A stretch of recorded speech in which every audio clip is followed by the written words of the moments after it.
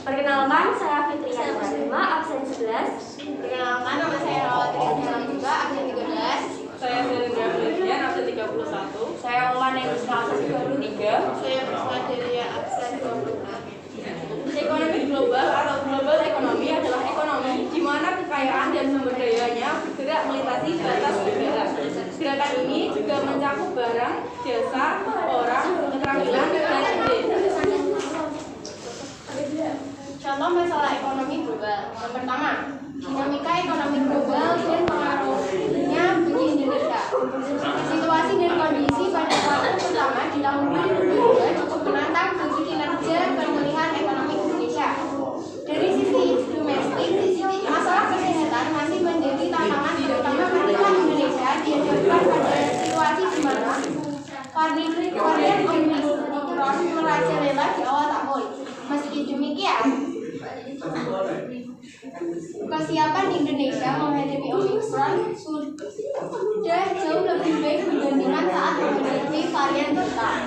Sementara itu, dari sisi internasional, tekanan geopolitik antara Rusia dan Ukraina yang semakin meningkat juga menjadi tantangan bagi kinerja pemulihan ekonomi nasional.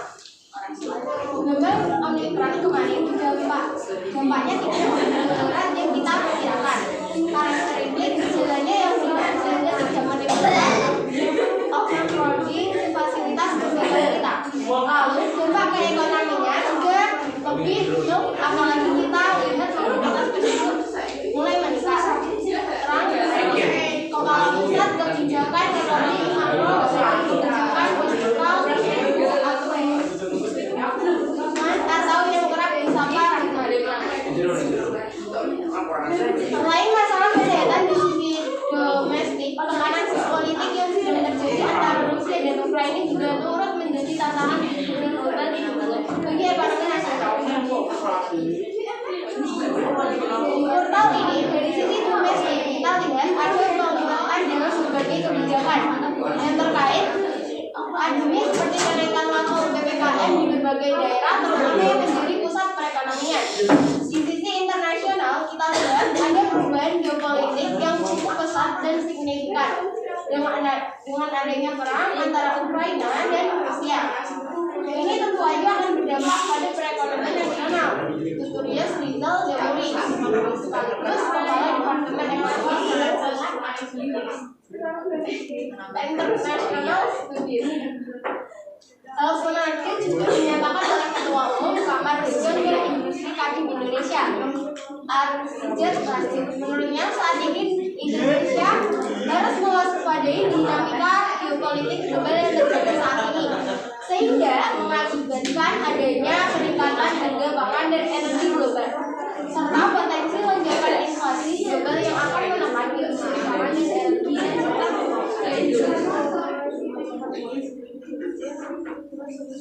Yang kedua ada terkait geopolitik Rusia Ukraina.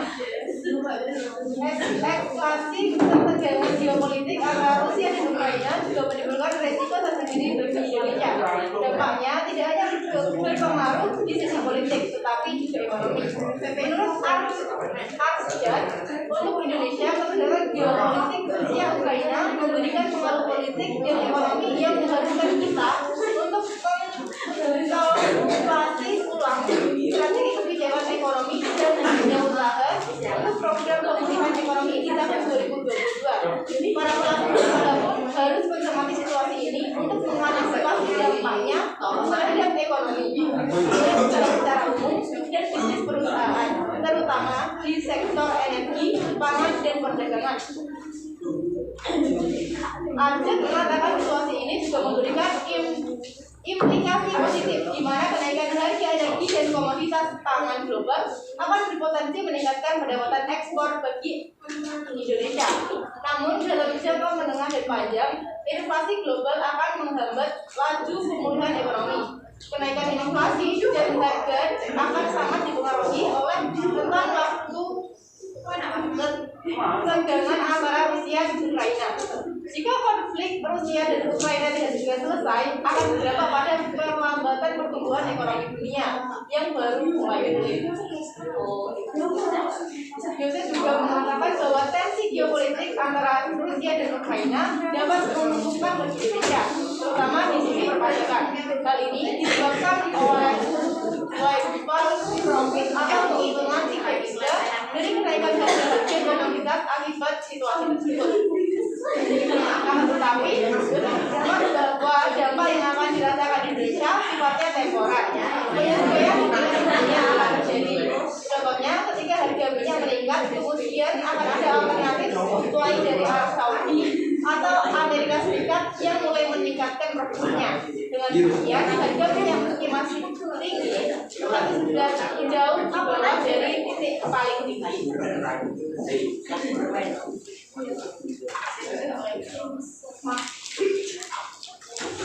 Ketiga, tantangan pemulihan ekonomi 2023.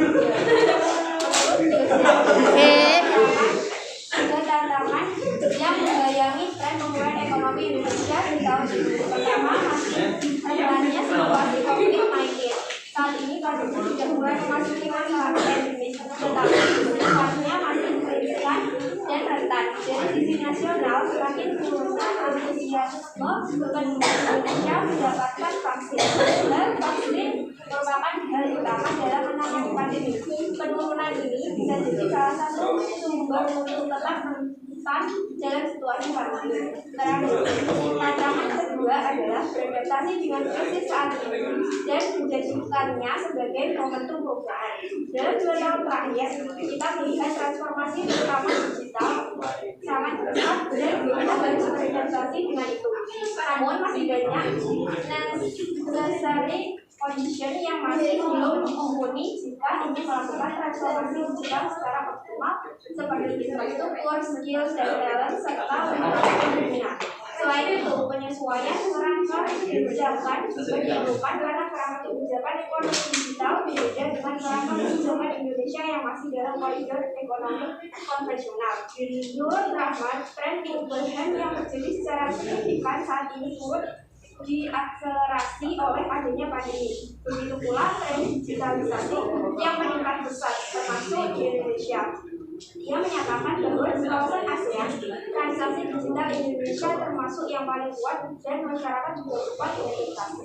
Ia juga tak memungkiri bahwa pemerintah perlu terus mendorong pembangunan infrastruktur untuk mendukung perubahan digital, termasuk investasi di ICT, informasi and communication technology yang menjadi prioritas. JC menambahkan tantangan ketiga adalah akselerasi dan perubahan aspirasi terhadap isu perubahan hidup dan perubahan iklim di tingkat global. Kondisi ini juga mendorong Indonesia untuk bisa ikut berinvestasi. Senada, Rahmat juga menyatakan bahwa kesadaran akan lingkungan perlu juga setelah menjabat jabatan. Untuk itu, pemerintah juga telah memasukkan agenda ini dalam kebijakan ekonomi makro dan pokok-pokok kebijakan fiskal atau PPKM.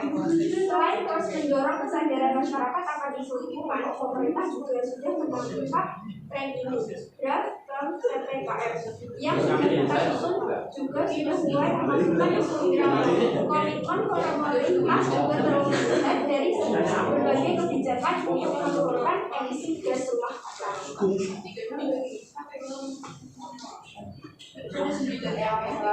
Siap-siap 1 November dari BBM juga bakal naik.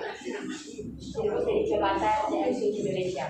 Bagian pemerintah dunia saat ini masih memanas, sedangkan sudah berbulan berjalan di Indonesia. Kondisi tersebut tentunya cukup berdampak pada penetapan BBM pada bulan depan. Lantas, dengan adanya tren harga minyak yang masih memanas ini, apakah BBM sudah diamanai pada 1 November ini datang? Seperti diketahui, badan usaha finansi BBM biasanya melakukan penyesuaian harga BBM sehingga BBM subsidi setiap tanggal 1 setiap bulan. Pakar Ekonomi Energi Universitas Gajah Mada BBM Reddy mengatakan, setidaknya terdapat 3 faktor utama perhitungan perekonomian harga BBM, yaitu harga minyak dunia, surya, dan inflasi. Harga minyak saat ini telah mencapai 96 per barel US dollar, sementara kurs rupiah masih lemah dan telah menembus 15.500 rupiah per barel. Mestinya, kalau mengacu pada 2 variabel tadi itu harga minyak turun, Pertamina itu lebih akan menaikkan pada harga BBM non subsidi karena subsidi operasinya Pertamina, kata Kepala CNBC Indonesia. Menurut Basri, mencermati harga minyak dunia dan lemahnya kurs rupiah, maka potensi kenaikan harga BBM non bisa saja terjadi. Namun, dia optimis untuk harga BBM subsidi ataupun biasa seperti Pertalite dan solar subsidi. Pemerintah masih akan tetap menjaga di level saat ini. Kalau subsidi itu kan domenanya pemerintah, variabelnya banyak lagi dan pertimbangannya banyak. Kalau non subsidi saya perkirakan bisa naik.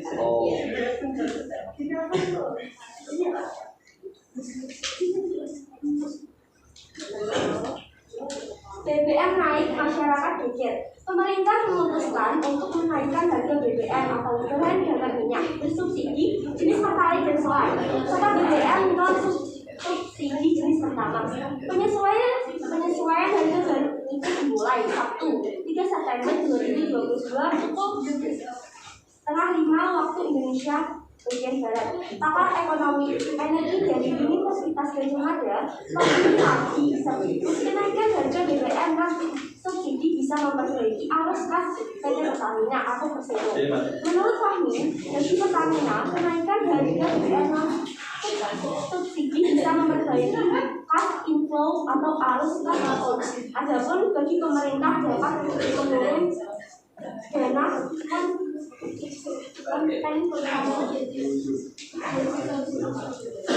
Strategi kebijakan yang perlu diambil pemerintah. Makan gak baik harus maupun biasa memberikan perspektifnya mengenai strategi dan langkah kebijakan apa saja yang sebaiknya dilakukan oleh pemerintah dalam menekan dampak dinamika perubahan. Secara bertahap harus dialihkan pada sektor yang juga penting untuk mendorong investasi dan ekspor. Investasi yang masuk diharapkan dapat membuka banyak lapangan kerja baru yang akan berkontribusi mengurangi pengangguran dan kemiskinan serta meningkatkan kesejahteraan masyarakat. Implementasi undang-undang tentang kerja dan undang-undang perpajakan menjadi salah satu upaya pemerintah dalam meningkatkan daya tarik investasi dan menciptakan iklim usaha yang lebih baik dalam meningkatkan daya saing Indonesia. Ia menambahkan kebijakan untuk stabilitas harga terutama harga pangan dan energi serta kesiapan transformasi digital dan inovasi untuk masa depan. Yusuf berpendapat bahwa salah satu hal yang harus menjadi perhatian adalah mengenai keterlibatan Indonesia dalam perekonomian global. Menurutnya, Indonesia adalah negara yang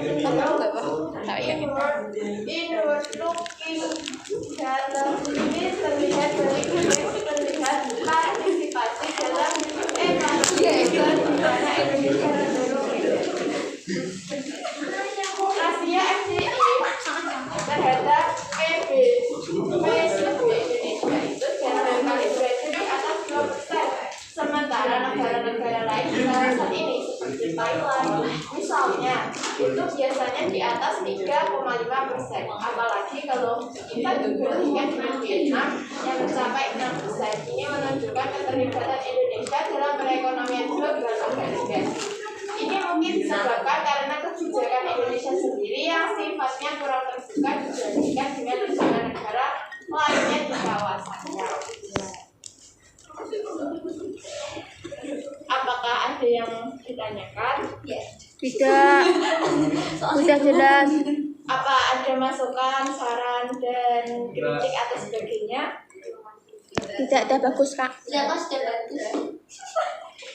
Kalau tidak ada, kami akhiri. Wassalamualaikum warahmatullahi wabarakatuh. Waalaikumsalam warahmatullahi wabarakatuh.